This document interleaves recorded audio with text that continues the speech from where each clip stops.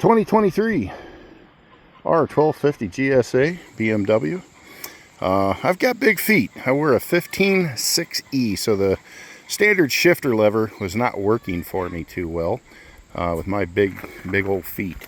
So from Wunderlich, I picked up this adjustable shifter linkage. I've got it adjusted out right now, and it works really well. The end of it actually rolls, so it makes it a lot nicer shifted.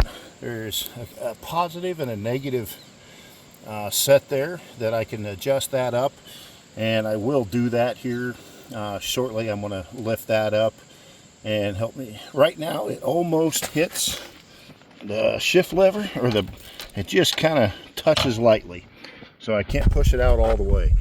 But I'm really liking this. So if you got huge ass feet like I do and wearing big boots, Wunderlich Motorrad USA, I highly recommend it. It's like $219, well worth the money spent.